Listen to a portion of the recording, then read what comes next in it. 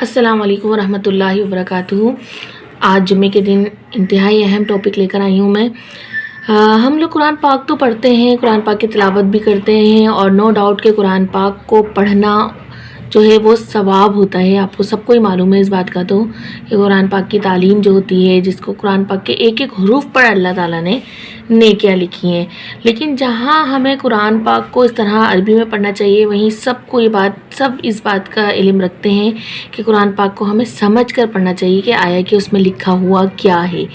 अब बात ये आ जाती है कि हमारे ज़िंदगी में सारे भागदौड़ वाले काम लगे हुए हैं, सब कोई जॉब करता है, कोई टीचर है तो कोई स्टूडेंट है, तो टाइम नहीं मिल पाता कि हम तर्जुमा सीखें। और अगर हमारे अंदर कभी कोई ऐसी फीलिंग्स आ भी जाती हैं तो फिर हम मदारिस तलाश कर रहे होते हैं कि कहीं से हमें मदारिस मिल जाएं, कोई ऐसे अच्छा ट्यूटर मिल जाए जो हमें तर्जुमा पढ़ा दे। तो मैं इंतहाई एक आसान तरीका आपको बताऊंगी, फिर उसके बाद आप लोग मुझे कमेंट्स में बताइएगा कि मुझे इस चीज़ को कंटिन्यू रखना चाहिए या नहीं, और आप लोग मेरी क्लास को ज्वाइन करना चाहेंगे या नहीं, ज़रूर बताइएगा। सिर्फ 5 मिनट चाहूँगी मैं आप लोगों के, आप उसके ज़रिए मुझे बताइएगा कि आप लोगों को इस तरीके से कुरान का तर्जुमा समझ में आ रहा है या नहीं। आपके सामने अभी सूरह फातिहा मौजूद है जो कि मैंने खोली है और आपके सामने इसकी वीडियो बन रही है। अब मिसाल के तौर पे हम पढ़ रहे होते हैं अल्हम्दुलिल्लाहि रब्बिल आलमीन, लेकिन अगर हमें पता चल जाए कि ये जो चीज़ लिखी हुई है इसकी क्या मीनिंग है, तो हमें आगे ट्रांसलेशन में बड़ी आसानी होती है। और अरबी ज़बान में माशाल्लाह इतनी तासीर है, इतनी अच्छी और इतनी आसान ज़बान है कि जब हम एक सूरत का तर्जुमा जान लेंगे ना, तो आगे आपको मैं दिखाऊंगी भी कि हमें कितने वर्ड खुद ही आना शुरू हो जाएंगे। अब जैसे एक मिसाल है कि ये लिखा हुआ है अल्हम्दुलिल्लाहि, तो अगर हम इसकी मीनिंग जानना चाहते हैं, अगर मैं आपको अचानक से मीनिंग बताऊं, मैं बोलूं इस पूरी लाइन की मीनिंग है कि तमाम तारीफ़ें अल्लाह के लिए हैं जो रब है तमाम जहानों का, या दोनों जहानों का, दुनिया और आखिरत का। तो आप लोग को रट्टा लगाने में तो बहुत आसानी होगी कि हाँ भाई इसकी मीनिंग ये है। लेकिन अगर मैं आपको एक तरीका बताऊं कि इसमें आपको पता चल जाए कि जो मैं ये कह रही हूँ ना कि तमाम तारीफ़ें अल्लाह के लिए हैं, इसमें कौन से वर्ड की क्या मीनिंग है, तो बड़ी आसानी हो जाएगी। जैसे कि आप देख सकते हैं कि ये है अलहम्द। अलहम्द देखने में ये एक लफ्ज़ लग रहा है, एक हुरूफ लग रहा है, लेकिन अगर हम इसको 2 टुकड़े कर दें, यानी कि हमज़ा लाम ज़बर अल अलग कर दें और हमद अलग कर दें, जैसे कि मैंने यहाँ लिखा हुआ भी है, मैंने अल अलग लिखा है और हम अलग। तो आपको मैं एक बात बताऊं कि अल का मतलब होता है तमाम, सही है, तमाम कह लें या आप मुकम्मल, सही है।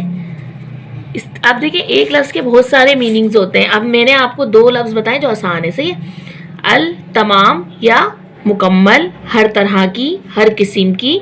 अल ऑल से भी याद रखते हैं, ऑल की मीनिंग भी इंग्लिश में तमाम की होती है, यानी मुकम्मल। तो अल यानी कि तमाम, और हमद कहते हैं हम तारीफ़ को।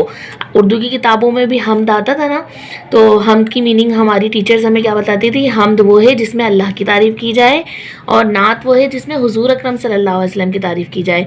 तो हमद का मतलब है तारीफ़, तो इसका मतलब क्या हुआ, अलहम्द यानी कि अल तमाम हम तारीफ़, अलहम्द तमाम तारीफ़, और तारीफ़ की जमा होती है तारीफ़ें, तमाम तारीफ़ें।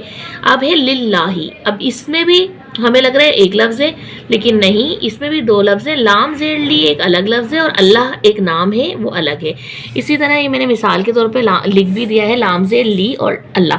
अल्लाह का मतलब तो हर कोई मीनिंग बना सकता है कि अल्लाह का मतलब अल्लाह ही होगा, अल्लाह का नाम, सही है, अल्लाह का इस्म यानी कि इसमें मुबारक। लेकिन लाम ज़ेर ली का मतलब हमें पता चल जाए ना, इसका मतलब होता है अरबी में इसको के लिए, इसको हम इस्तेमाल करते हैं लाम ज़ेर ली। अब मिसाल आपको मैं एक दूंगी कि अगर मैं लाम ज़ेर ली को के आगे किताब लगा दूं, जैसे ये एक बुक है मेरे पास, ठीक है, अगर मैं बोलूँ कि ली किताब, क्या बोल दूं, ली किताब, ठीक है, तो आपको पता है सिर्फ इसकी मीनिंग जानने से हमें पता चल जाएगा के लिए, किताब से पहले के लिए लगा दिया तो मतलब किताब के लिए।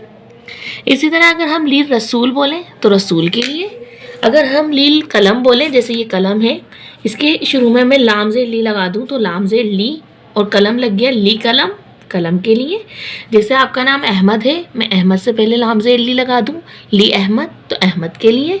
تو اس طرح ہمیں پتہ چلا کہ لام زیر لی کا جو مطلب ہوتا ہے وہ کے لیے ہوتا ہے. اب اللہ لگا ہوا ہے آگے تو اللہ کے لیے. للرحمن, رحمان کے لیے. للدنیا, دنیا کے لیے. للکتاب, کتاب کے لیے. للقرآن, قرآن کے لیے. للرسول, رسول کے لیے. اب آگے جیسے جیسے جیسے جس چیز کے ساتھ لام زیر لی آئے گا, اگر آپ کو یہ بات سمجھ آ گئی ہوگی میری, تو آپ ٹرانسلیٹ خود کر دیں گے. ٹھیک ہے, یہ 2 لفظوں کی ٹرانسلیشن کے ذریعے آپ کو سمجھ آ رہا ہوگا کہ اگر میں آگے کنٹینیو رکھوں اس تمام چیزوں کو تو آپ کو کتنی آسانی ہوگی. مثال کے طور پہ آپ کو یہ واؤ نظر آ رہا ہے, واؤ کا مطلب یہاں پہ واہ ہے, لیکن اس کا اردو میں مطلب اور بنتا ہے. تو چاہے واؤ کہیں پہ بھی, اب یہاں پر میں آپ کو سمجھاؤں گی کہ اس کا مطلب اور ہے, یہاں آئے گا تو آپ کو مجھے سمجھانے کی ضرورت نہیں, آپ خود نکال سکتے ہیں کہ اس کا مطلب اور ہے.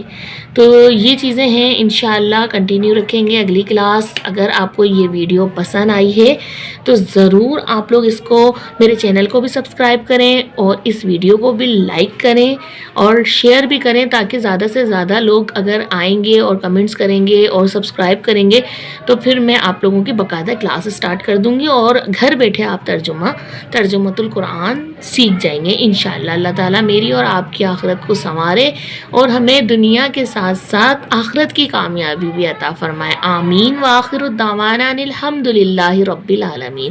السلام علیکم. اجازت چاہوں گی مریم عثمانی. اللہ حافظ.